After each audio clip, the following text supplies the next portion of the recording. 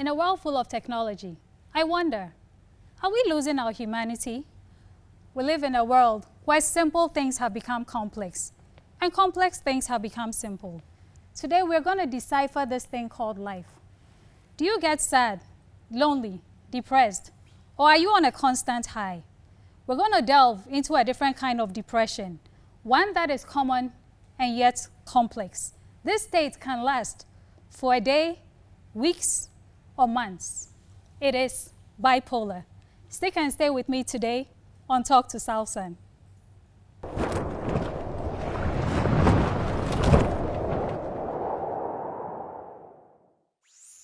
Welcome back. This is Talk to Southern. Today we're discussing bipolar. I have a very special lady here with me. She's sexy, vivacious, full of life, a mother, a friend, a motivational speaker. Help me welcome ML Brookshire. Thank you very much, Southern. ML, you're welcome. Thank you. How did all this happen? Well, the story that I have to share with you is very interesting. By the time I was 28, I was in America, had arrived there in college, married in my second year, had my daughter in my third year, still graduated on time. Wow. I returned from having the baby in about 9 days, got a standing ovation from classmates. Okay. They were all surprised. I graduated. By the time I got my MBA, before 28, I had my son, carrying him to school, still graduated with stellar honors and great credentials. Okay. So at 28, I had a great offer.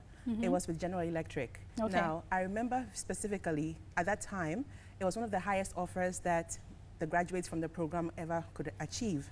So over 6 figures, you know, signing bonus and all included, I was able to purchase a Mercedes-Benz, just like my name, the ML. It had the tag ML for ML. Okay. I went into real estate. I bought a home, a 6-bedroom mansion. I went into 4 more properties. I was just living the life of luxury. Exactly. However, I lost my job. And when I lost the job, my businesses began to flail. Things were not working out as well.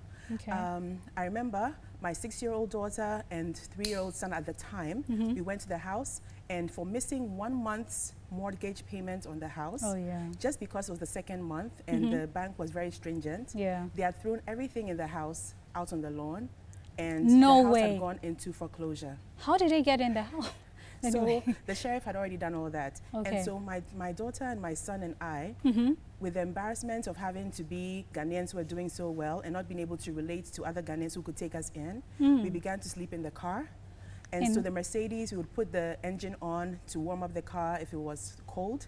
We slept in the car for a couple of days, and then they caught up with us in the vehicle also. The police came and said the vehicle was owing 2 or 3 months, I believe, on the payment. And so they took the car from us and walked us to the nearest shelter to go and walk in as mother and 2 children. No So way. now, at that point in time, I remember I would call friends and people would not even act like they could recognize my voice. The news was all around in Atlanta that ML had lost everything, and the assets from house to house, from the first home, second, third. By the time I was walking into the shelter, there was nothing to my name.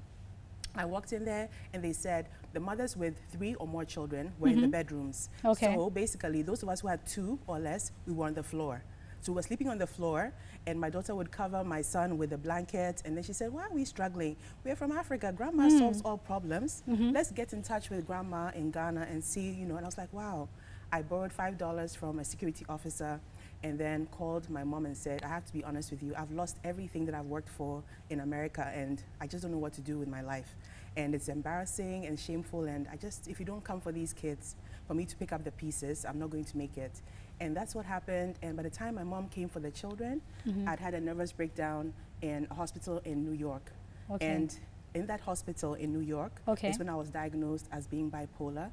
The doctor, my mother came and said, no. All right, so how did you take it when you were diagnosed with bipolar? Because, I mean, you by just the had a time- lot of tough breaks, but that Yes. doesn't necessarily mean you're bipolar. Yes, but the doctors are able to determine why you're bipolar based on the pattern of experiences. Okay. At the time that I was purchasing the homes, I felt invincible. I was living with a husband that had asked to move out. I let everything go. I let go of my relationship. I let go of my job.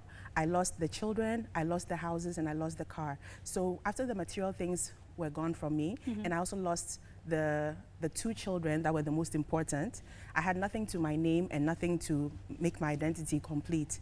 So the breakdown was the beginning of multiple breakdowns whenever I'd be stressed out or whenever I'd not be able to handle what life had at stake for me. Because in the manic, you're able to achieve superhuman feats. When you went to the hospital, were you still on a high, or you had come to react, Come or to you a were on complete a low, where I complete low? couldn't even, Okay. actually the faculties in my mind were just going crazy, and it was difficult for me to understand what was happening to me. So my Okay. mother came and said, no, she can't be in this hospital. Okay. She's even from Ghana. We are taking her home. So Okay. in Ghana, from prayer camp to prayer camp, where that's another issue with bipolarism and the fact that people see mental health and mood swings and changes Yeah. as something demonic or spiritually, entailed. What was your relationship like with your kids?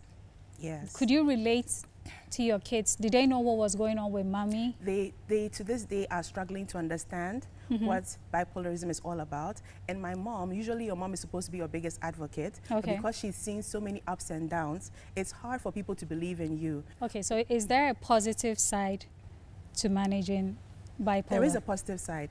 Because you're aware of what you have as a condition, it's humbling. So if I go tomorrow and I even become the president of a country, I'll still be humbled in the sense that I'll know that this can be easily lost if I go off my medication and I don't take the necessary steps to stay stable and focused. So I always have at the back of my mind that I have something that can hinder me from exceptional success if I don't play my cards right.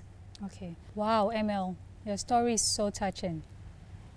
We're going to go for a break. When we come back, we have two experts, a psychiatrist and a clinical psychologist. They're going to give us insight into the topic at hand. Stay tuned.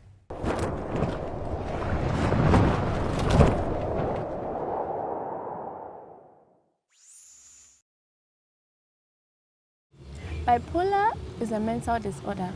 I know bipolar to be a mental disorder where it's more like mood swings, where at one time the person is very happy and then the other time the person becomes very moody and sad and depressed. Okay, from my own opinion, bipolar has to do with misfunction of the brain, where an individual has to take drugs to function well. Well, I think bipolar is a mental disorder. Being bipolar is a psychological condition where the person is stuck between two extreme temperaments. So it's either the person is extremely happy or the person is extremely sad. And normally this kind of people are very good in science and maths and the arts. Spiritual forces and there are physical forces, so you wouldn't know what causes anything that happens to an individual. So, yeah. No, it's a mental illness that it has to do with the mind and the brain and psychology. I wouldn't say it's a spiritual illness because it might be by birth. Oh, it could be spiritual, it could be physical. Because every disease has a physical, background, because it has to do with science and all of that. But then, these witches, day to day are there, so they can give it to you spiritually. I don't know how bipolar can be spiritual. All I know it's psychological.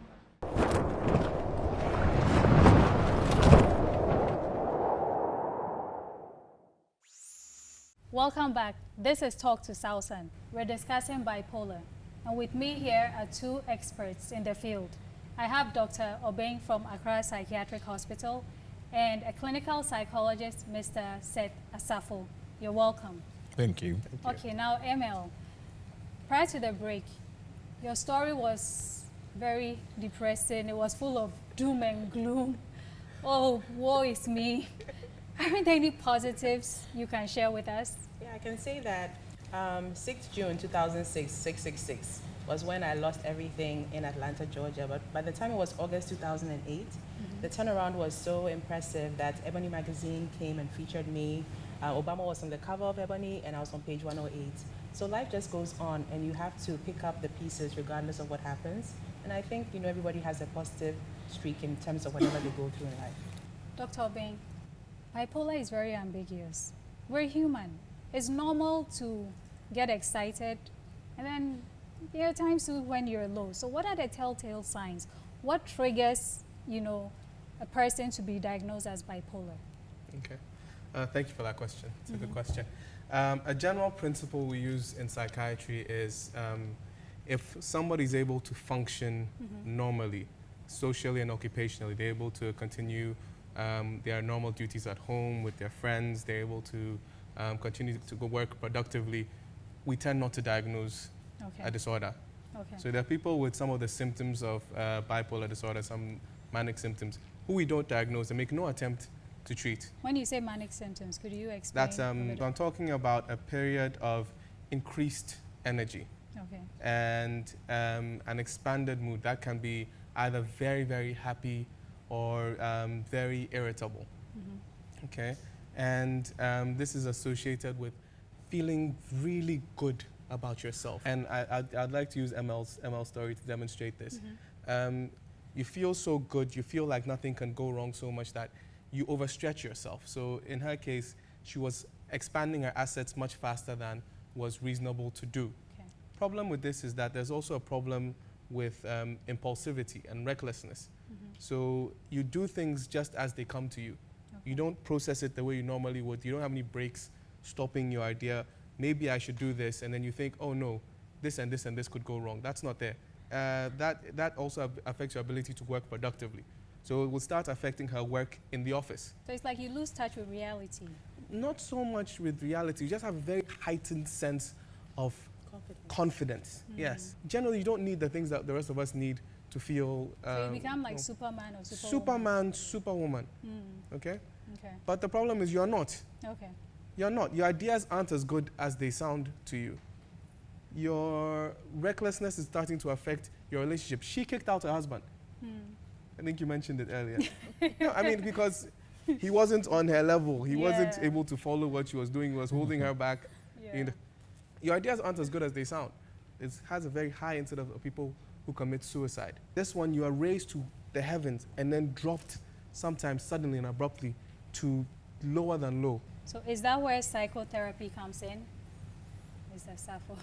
Well, usually psychotherapy will come in after the psychiatrists have given medication, because obviously you need to get a patient in a more stable mood.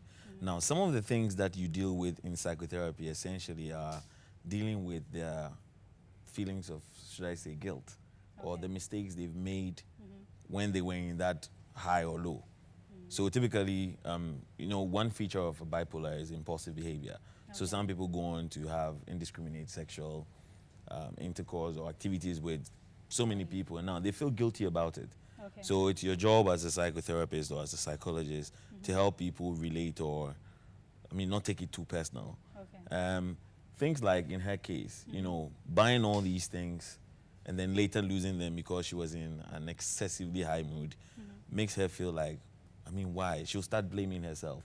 So self-blame is something that I want to deal with. Okay. You need to speak to her and understand if she's actually if she's blaming herself in any way, so that you can help her, function normally. Okay.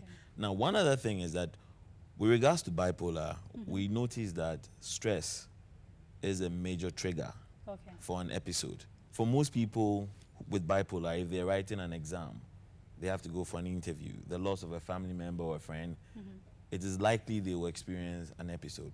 So psychotherapy will help people to be able to manage their stress so that it might reduce the tendency or probability of them going into a full episode or full-blown episode. So let's say I'm really stressed out. Do you think it's safe for me to start seeing a psychologist before? Of course.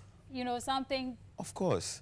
triggers? We hold it that, and some literature actually supports the fact that most people have a psychological disorder of which they are not aware of. And it's just stress that triggers them into an episode. Okay. So even for people who have like a genetic vulnerability to a particular disorder, they only need a trigger, something to push it into a full-blown disorder for it to be realized. So if you're experiencing stress, you have to see us quickly. Quickly. So Doc, is it genetic? Unfortunately, in psychiatry, we have very few simple answers like yes or no to is it genetic? We have a model we're working with currently. It's called the biological, psychological, social model. So in all our disorders, we find that there's a component of it that is due to biology, a component of it that's due to psychology, and a component of it that's due to social component. In the case of bipolar, there's a strong genetic component. There's a strong pattern of inheritance. So the children of people who suffer from bipolar disorder are more likely to suffer bipolar disorder than people whose parents didn't have bipolar disorder. So there are some genes at play in bipolar disorder, but we can't make the statement that definitely if somebody with bipolar disorder has a child, that child will definitely inherit the bipolar disorder. What you are inheriting is a predisposition. Okay. So your chance of developing bipolar disorder is just higher. It's kind of like breast cancer. Like if you come from a family with a history of breast cancer, that doesn't necessarily mean you're going to get it, but your chances of getting it are higher based on other social, environmental factors that come to add on. So there's a group of diseases that we call non-communicable diseases. Breast cancer is one of those. Hypertension is another one. Diabetes is another one. Nobody can tell you exactly what causes any of these disorders. So what's the standard treatment? Standard. Yes. Standard treatment differs from person to person. Okay. But yes, we have medications that stabilize the mood, called the mood stabilizers. So there are medications that bring you up when you are down and bring you down when you are up. There are lots of very great figures in history who we believe suffered from bipolar disorder. I mean, Winston Churchill is one of them. So most people with bipolar disorder are looking for a medication that will keep them a little high so that they can function at that above average level that they are used to functioning, which so they identify as low. Are there negative side effects? Of the medication? Yes, of the medication. Well, in medicine, there's a principle that we have that even water has side effects. You drink enough water, you will have side effects. Wow, it's getting real exciting. We're going to go on a break. I know you hate cliffhangers, so do I, but we'll be right back.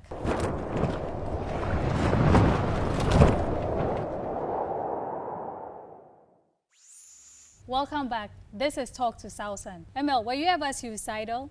Fortunately, for my situation, I get manic maybe 70% of the time and low maybe 30% of the time. So as bad as things get, I'm able to kind of offset the feelings that I have and not get to that very, very low where I have to contemplate, taking my life or whatever the case might be. That could be different for someone else. Mr. Asafo, what's your take on these prayer camps? Very interesting. Well, one observation we have made in the clinic is that majority of patients you see have at least once visited a prayer camp.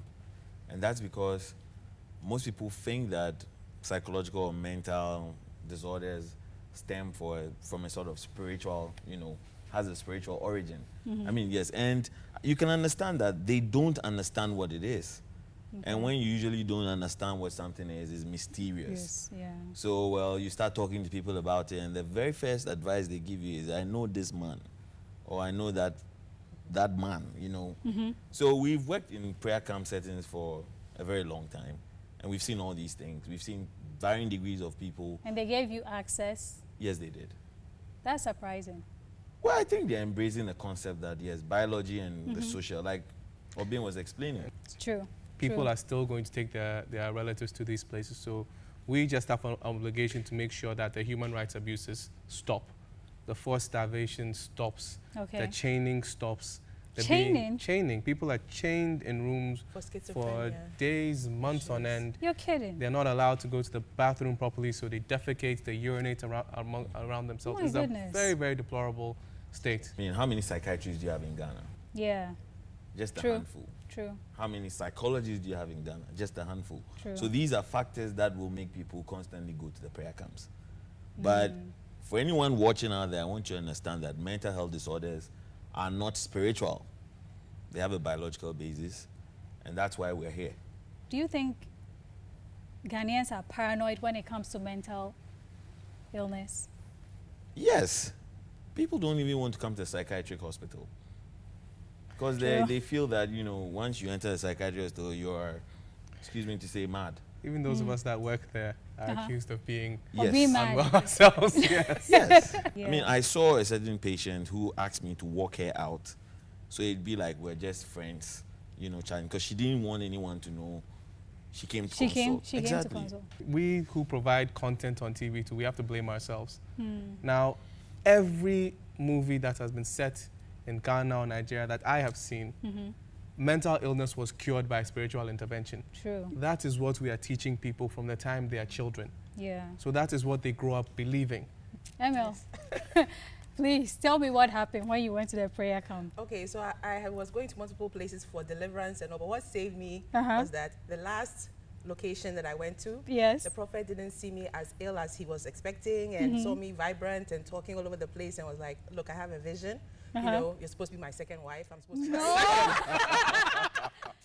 No way. So my Second wife. My mom quickly got me and my friend out of there and was like, look, enough is enough. And I was like, praise God. So his prophecy or whatever he saw was able to. So the whole thing is they have this whole thing where they say they healed people when actually you were in a situation where you had not gotten manic or gotten depressed and you were in that particular period that Dr. Obeng was explaining. Yes. So not to say that God is not all powerful and all seeing, but the social factors and the pressure that comes with and the stress that comes with these disorders are something that have to be dealt with on a clinical basis as True. opposed to spiritual. True. This is the thing that I want to get out there. Some psychiatric disorders resolve by themselves for some period of time and then come back. Just because your camp or whatever you did managed to get somebody down for a period doesn't mean that that person is going to be able to live a full and functional life, which is what we are aiming for in psychiatry. Okay. So when did you accept that, you know what, ML, I'm bipolar?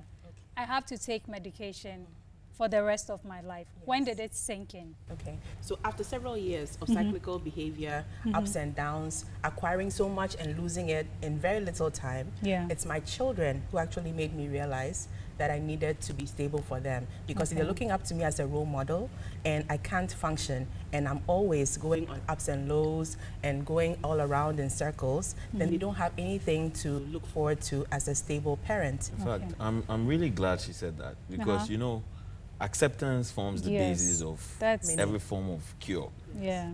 With every kind of disorder, not only mental. I mean, if I diagnose you to have whatever and you don't accept it, any sort of treatment I'll give out is actually very useless. Yes. So yes, acceptance, that is the key. Is That's the the key. first step. It leads to I mean, that's what will determine whether you want the help we're offering or not. Or not. Yes. Yeah. Dr. Obeng, any final words? Bipolar disorder is quite a common disorder, but it goes undiagnosed a lot. A lot of people just think the person is funny, the person just has moods, but it can really, really negatively affect the course of an individual's life. And it's something for which help is available.